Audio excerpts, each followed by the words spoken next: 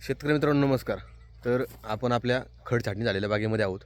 तर बागेची अपडेट आपल्याला मध्ये 1-2 महिने दिली नव्हती, कारण बागेची अवस्था आपल्याला वाटलं की बुवा जास्त शॉकमध्ये गेलेली आहे बाग.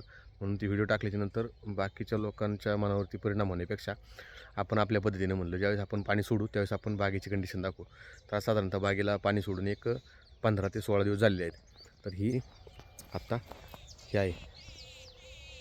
तर पूर्णतः प्रत्येक चौकीमधनं कळी आहे.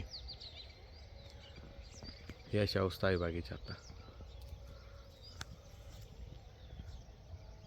यामध्ये सांगण्याचा तात्पर्य म्हणजे आपण बागेला ज्यावेळेस आपण खड छाटणी केली त्यावेळेस आपणच कन्फ्यूज होतो. पण काही हरकत नाही. बागेची छाटणी देखील आपण काय अशी जास्त उंचीवर घेतलेली नाही. हे पाहू शकता 1-1 फुटापर्यंत आपण शेंडा या ठिकाणी ठेवलेला आहे. सगळ्याच बागेचं तसं आहे.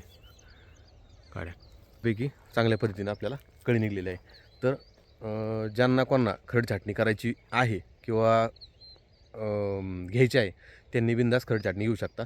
नक्कीच कळी निघते, काही प्रॉब्लेम येत नाही. आपणही कन्फ्यूज होतो. कंप्लीट 2 महिन्यापासून आपण कन्फ्यूज होतो की बा या बागेची काडी तयार झालेली आहे का आगार चालतो आहे. फक्त पाणी बंद केलं तरीसुद्धा आगार बंद नव्हता होत.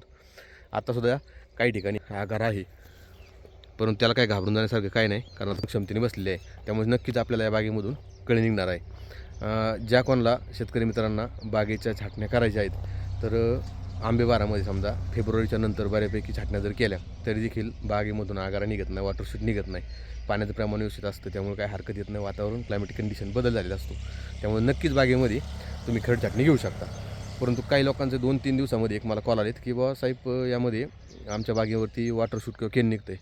तर 2%च बागा अशा आहेत ज्या बागांना आपण वरून जास्ती प्रमाणात छाटल्या किंवा दाबल्यात वरून, त्याच बागेवरती 1-2 वॉटरशूटच्या फोकवरती तुम्हाला या ठिकाणं कळी किंवा कळी न निघता वॉटरशूट निघत आहे त्याच्यावरती. तर तेवढे 2-5% जे काही शेंडे असतील वरती ते तुम्ही काढून टाकले तरी चालतील. त्यानंतर तुम्हाला सांगितल्याप्रमाणे 52-34 लिओसिन किंवा टिल्ट 52-34 याचा देखील त्यामध्ये तुम्ही उपयोग करू शकता. आणि खालून महत्त्वाचं म्हणजे यामध्ये 60-20 52-34 किंवा जास्त जर आगार असेल तर त्यामध्ये 0050 हे देखील आपण त्यामध्ये वापरू शकतो. परंतु या दिवसामध्ये वातावरण बदल असल्यामुळं शक्यतो चौकीच राहते स्थिर, त्यातून कळीच निघते, आगारा निघत नाही. तर याची देखील शेतकरी मित्रांनी नोंद घेतली पाहिजे. धन्यवाद.